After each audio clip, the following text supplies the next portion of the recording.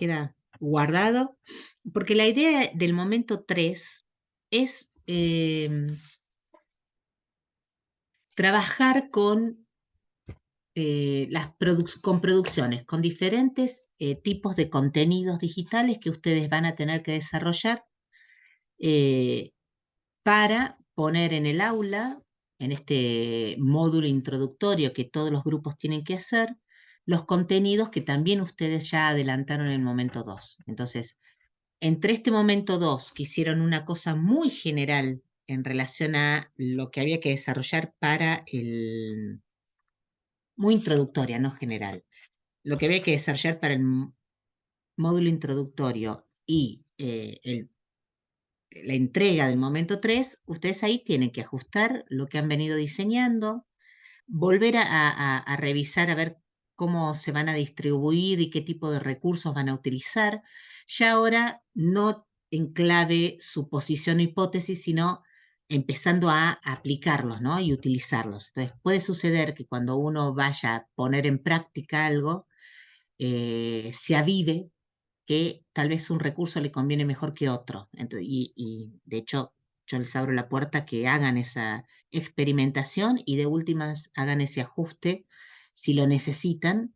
eh, Aunque en la planificación esta primera, este primer diseño bien genérico que me entregaron en el momento 2, hayan propuesto otra cosa, ¿sí? Mientras haya ahí de por medio una consideración, mientras digan esto lo cambiamos por esto, por tal cuestión, este no lo usamos porque está más que bien. De hecho, es algo que es absolutamente factible y posible y lo hacemos todo el tiempo, ¿no? Ir viendo qué herramienta, si una herramienta creíamos que nos servía mucho, lo ponemos en práctica y después la cambiamos porque nos damos cuenta que no era tan útil como creíamos. Así que a mí me gustaría trabajar algunos aspectos como más generales de ese contenido que van a desarrollar, de manera tal de que les pueda servir a la mayoría de los grupos, ¿no? Si yo no, creo que hay, no sé, debe haber dos herramientas que algunos más, no, ahora que pienso, no hay ninguna herramienta que todos los grupos compartan. Entonces, si yo me detengo a desarrollar algunas consideraciones sobre una herramienta en particular, va a haber grupos que no le va a servir. Entonces, sí me pareció que puede ser interesante más bien trabajar entre la clase de hoy y la clase que viene algunas cuestiones un poquitito más generales que de pronto den pie a que ustedes pregunten, hagan sus observaciones, ejemplifiquen con su propio caso, o sea, que sean ustedes de último los que vayan linkeando este contenido que se va a ir desarrollando y el caso de ustedes. Como después siempre va a haber un tiempo de trabajo hacia cada uno de los grupos, ustedes incluso pueden preguntar, pueden trabajar conmigo más en la intimidad del grupo pequeño y de últimas ahí sí hacer más ajustes, ¿sí? Pero en esta como introducción general, ahora ya les voy a compartir pantalla, eh, la idea es mm, desarrollar a modo muy general, esperen, denme un cachito que lo logro aprender. En particular, ¿qué es el contenido digital? Que todos lo saben, no voy a estar acá proponiendo nada nuevo. Y qué características básicas mínimas hay que considerar cuando uno va a estar desarrollando contenido digital y evaluando contenido digital. De hecho, esta tercera parte, el título de la unidad y de la etapa es Producción y Evaluación de Contenido Educativo Digital. Entonces, la primera cuestión que a mí me parecía que era importante recuperar, por lo menos para saber si estamos todos en la misma página y para que si hay alguno que no tiene muy en claro, no tiene muy formalizado la definición, es proponer una definición, ¿no? Entonces, vamos a estar hablando de materiales didácticos destinados a ser usados en una acción formativa que se desarrolla a través de Internet o en algún tipo de soporte digital, ¿sí? Pueden ser que esté fuera de línea, que sean producciones que no se no estén subidas a ninguna plataforma ni estén en la nube, pero que sí estén en un soporte digital. A todo eso le vamos a estar llamando contenido educativo digital. Fíjense que acá claramente hay un objetivo formativo que lo tracciona.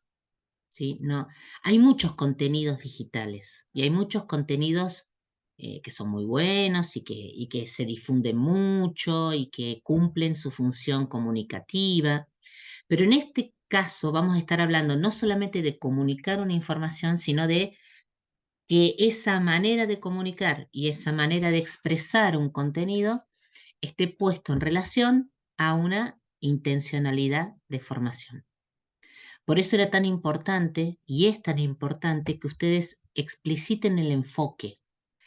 La consigna del momento 2 hablaba de recuperar también el enfoque del propuesto por la institución o el caso, ¿sí? Independientemente del que ustedes quieran proponer como grupo de tecnólogos y tecnólogas, ¿qué es lo que el cliente está, cuál es la concepción del cliente en relación a la enseñanza, al aprendizaje, qué expectativas tiene en relación a eso y a su vez, desde qué presupuestos parte, ¿no?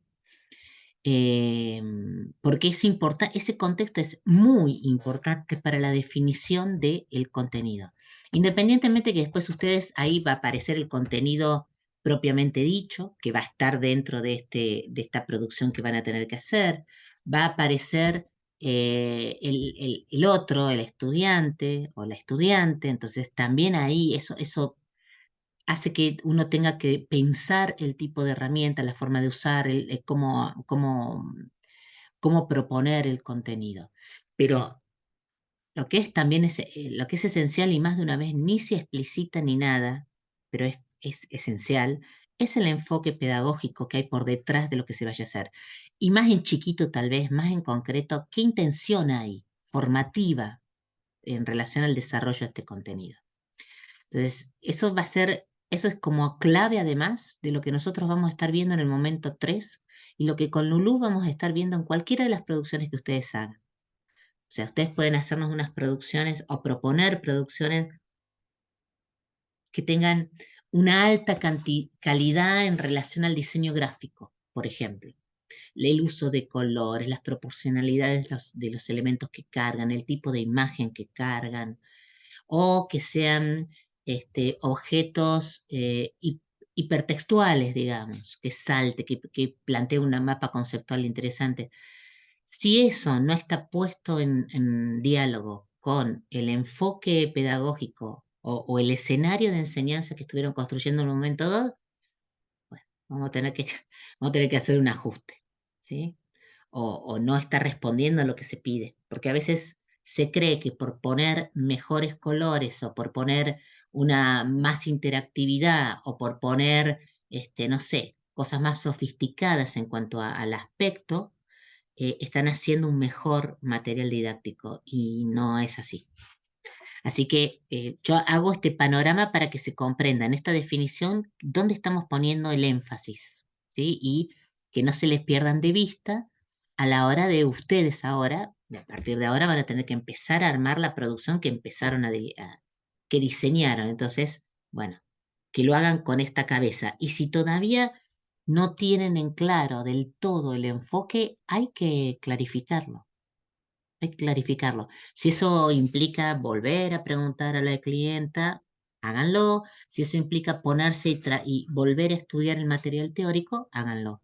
Pero es el momento de tener como claro algunos aspectos muy concretos en relación a ese escenario de enseñanza. Si no, no van a estar cumpliendo un objetivo que para mí es esencial del momento 3. Además de la entrega de los materiales, pero que esos materiales respondan a esta intencionalidad. Y después, como para no irnos, para no incluir muchos elementos más teóricos, yo quisiera partir y después lo vamos a ir madurando y la semana que viene puede ser que agreguemos algunas cositas más, con 3 características básicas de este tipo de contenido. Hay muchas más, pero a mí me interesa ponderar estas tres. La primera es que un material didáctico, pero digitalizado, debería proponer diferentes alternativas a la hora de estructurar la información y que eso permita recorrer la información también desde de diferentes maneras, ¿sí? Lo que se le llama la estructura hipertextual de una producción. Yo quiero después la semana que viene trabajar un poquitito más en detalle esto, pero así como a recontra grosso modo, cuando estamos hablando de hipertexto, estamos hablando de un tipo de estructura del contenido. Y lo que permite el hipertexto es que la persona que lo está leyendo decida y vaya seleccionando dentro de todo el material qué es lo que quiere, bueno, construye su recorrido en definitiva. Rompiendo, como dice ahí la definición, la estructura lineal de la información. Ahora, esa es la definición de hipertexto y sería deseable utilizar dentro de todo el contenido que ustedes van a proponer en el momento 3 algunas estructuras que respondan a un tipo de estructura más compleja, más hipertextual como se está definiendo acá. No siempre se puede hacer en todo el contenido y según el momento en el cual yo lo voy a usar en una clase, necesito simplificar esa estructura. Entonces, si bien la intención es que ustedes puedan detenerse a pensar, por lo menos una de las producciones que hagan, que tenga una estructura hipertextual, la idea es que también sepan que hay mucho tipo de estructura para proponer la información. La más común es la secuencial, lo que podemos encontrar en un libro, por ejemplo, donde uno va pasando las hojas en una secuencia ya predeterminada por el objeto. El objeto libro tiene una secuencia predeterminada. De ahí que vengan los números de las páginas, de ahí que las hojas físicamente se puedan pasar para adelante y para atrás y que no haya otra forma de saltearme hacia algún lugar dentro del capítulo. Eh, entonces, esa estructura secuencial es como la más básica, ¿sí? No se le llama hipertextual, sino que es una estructura secuencial. eh, y que sea la más básica no significa que no sea necesaria a veces usarla, que sea muy útil usarla, que sea incluso pedagógicamente sea lo más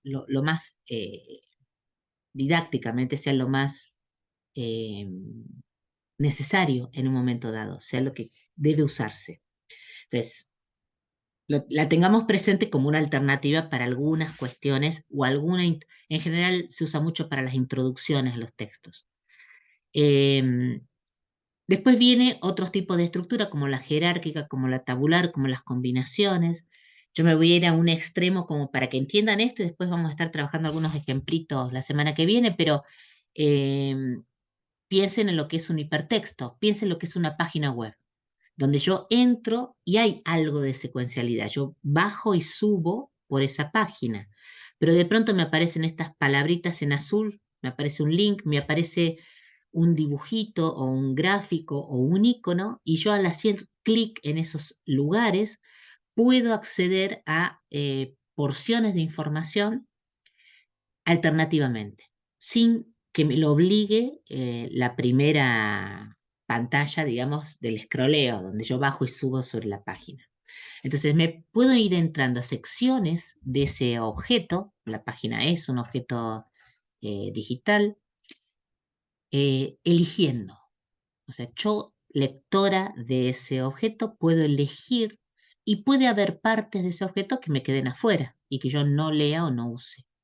Entonces, en general, los consumos más de información que hacemos en la actualidad tienden a ser hipertextuales, ¿sí? De diferentes tipos de hipertextuales, algunos más jerárquicos, otros menos jerárquicos, pero siempre hay al menos un par de alternativas. Cuando navegamos por Internet, cuando navegamos la red, cuando navegamos una red social, tiene esa posibilidad y es un formato el más común, este tipo de formato con links hacia otros otras informaciones. Al punto que a veces nos perdemos en esa red, ¿no? Sí hay que tener presente, ustedes, el ejemplo que le acabo de dar es un ejemplo de un lector de un hipertexto, pero ustedes van a estar como creadores y creadoras de hipertexto. Entonces ya no es uno le propone al futuro estudiante una navegación acotada, uno la piensa de antemano, qué posibles recorridos le voy a ofrecer con mi objeto, ¿sí?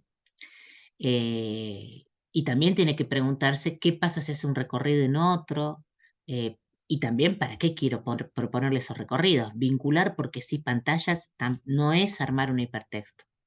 Técnicamente uso links, ¿sí? Técnicamente puedo mostrar que sé la tecnología que permite crear un hipertexto. Pero volviendo a la idea de que respetemos y nos tengamos en cuenta una intencionalidad didáctica, entonces tengo que pensar en cómo estoy estructurando esa información y qué vinculaciones le ofrezco. Bueno, esto era como primera como característica, como para que tengan un paneo y para que ya en esta semana aquellos que no van a estar trabajando en hacer un recuperatorio del momento 2 puedan empezar a pensar las producciones para el momento 3. La otra es la multimedia, digamos. O sea, otra característica que tiene este tipo de contenidos es que son multimediales. Y eso implica combinar tipos de información. Esto yo otra vez no estoy inventando la pólvora, ya sé que lo saben. Lo que a mí me interesa decir respecto a esto es que tampoco, así como cuando hablamos de la estructura de la información, no es cuestión de vincular porque sí, tampoco es cuestión de meter recursos porque sí. ¿Sí? Es mucho más potente un conjunto bien acotado de soportes de información que tengan lógica, que tengan cohesión, que no abrumen al lector o al estudiante, a que ponerle 50 recursos, un texto, con un gráfico, con un sonido, con una animación, con un video, con un GIF que se mueve, qué sé yo, que con un pedazo, con un texto con diferentes colores, con links que le dan por todos lados, que hace que sea más complejo para el estudiante comprender cómo están entramadas esas cosas, cómo se relacionan. A veces eso se va aprendiendo, según lo que estamos desarrollando, puede ser que en algunas instancias del proceso de enseñanza y que estamos llevando adelante podamos ir de algo muy fácil o algo muy simple y proponerle a nuestros estudiantes producciones multimedia más complejas. Pero hay que enseñar a leer eso, hay que saber, se lo enseñemos nosotros o no, o lo tengan que ir aprendiendo ellos, explorando y experimentando. Hay que saber que eso se aprende de alguna forma y que entonces lleva un tiempo. Si no, siempre queda un recurso sin ser usado o un recurso que se comió a otro en cuanto a la ponderación, en cuanto a cómo atrajo al estudiante. Entonces, hay que pensar muy bien qué es lo que yo voy a proponer en esta característica multimedia en el objeto que vaya a desarrollar. Y eso también va a ser un trabajito que van a tener que ir realizando ustedes y que a su vez los invito a que realmente lo vayan intercambiando con las profes para que tengan una opinión externa también a lo que ustedes vayan produciendo. Por supuesto que le vamos a pedir que sea, así como pedimos que haya algún tipo de producción que sea hipertextual, las producciones también tienen que ser multimedia, pero con esta salvedad. Porque si ustedes fundamentan con toda contundencia el hecho de usar, no sé, solamente un texto o usar un PDF, y lo están poniendo en diálogo con otras producciones que de pronto sí tienen otros contenidos, está más que bien. Yo no quiero que se entienda que entonces o es todo multimedia o yo no puedo poner nada más en el módulo introductorio que no sea algo mezclado, algo con diferentes soportes. Piensen además que ustedes están trabajando recursos que se ponen dentro de un aula y el aula misma es un gran objeto digital. ¿Sí? O sea que el aula en sí, cuando ustedes abren un aula y van recorriendo las pantallas y ven los recursos diferentes que hay, es un todo. Tiene que ser pensada como un todo.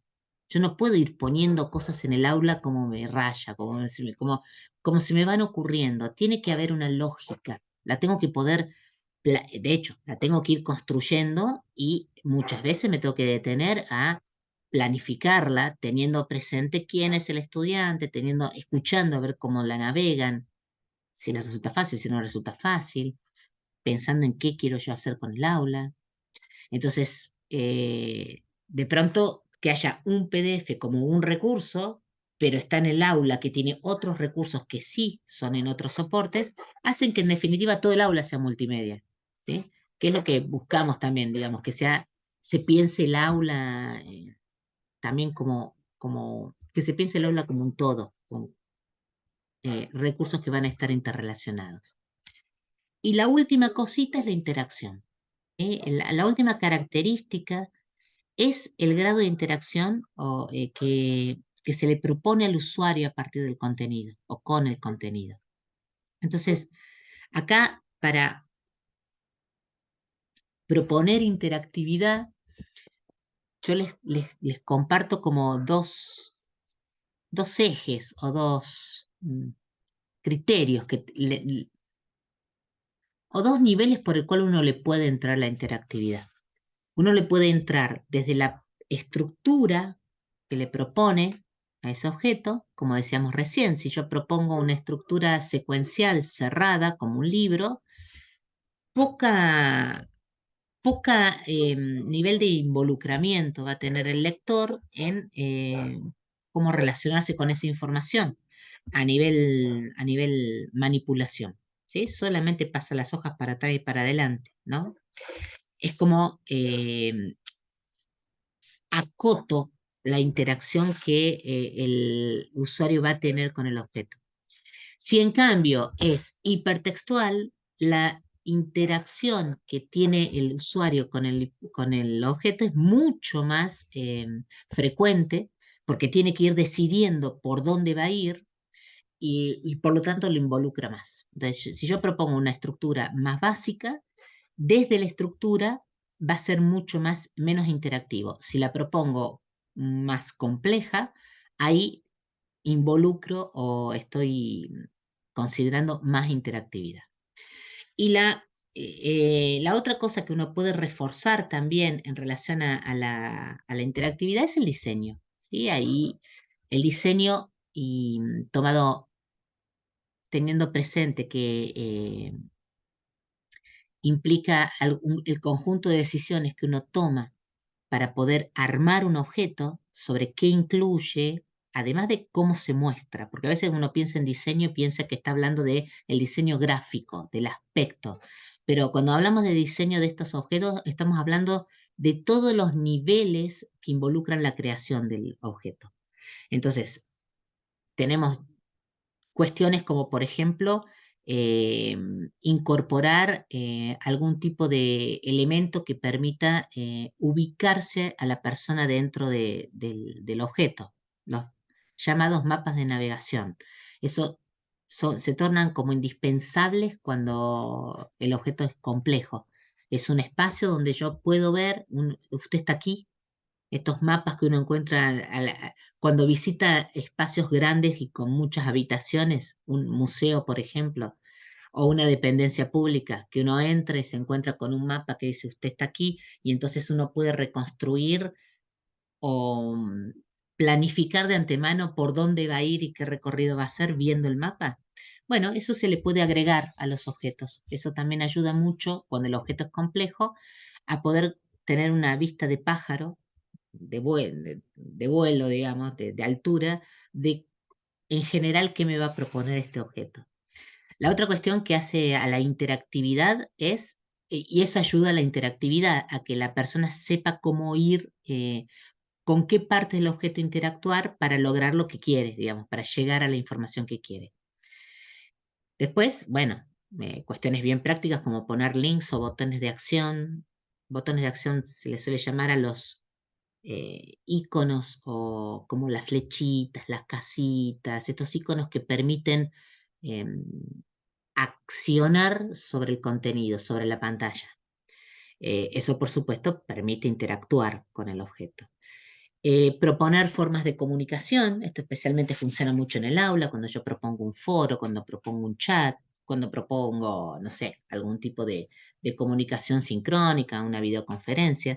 Eso también permite interactividad ya en otro nivel, digamos, porque ahí la interactividad no es solamente estructural, no es del usuario navegando o interactuando con el entorno, sino que además puede comunicar su punto de vista, puede interactuar con otros, puede interactuar con quien administró, con quien hizo esa producción, e incluso poder opinar y hablar sobre la producción o sobre el objeto.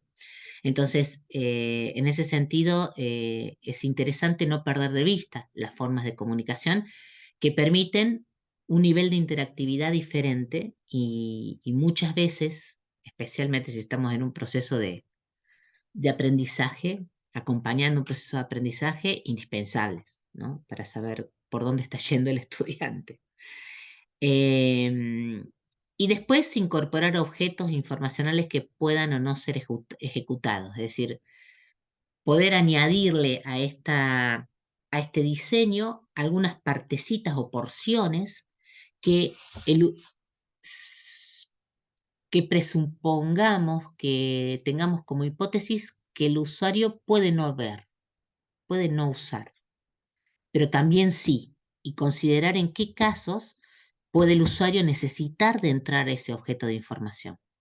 Entonces, al estar pensando ese tipo de necesidades, también estamos haciendo que nuestro objeto esté más permeable a situaciones que el usuario puede tener con nuestro propio objeto, a no entender.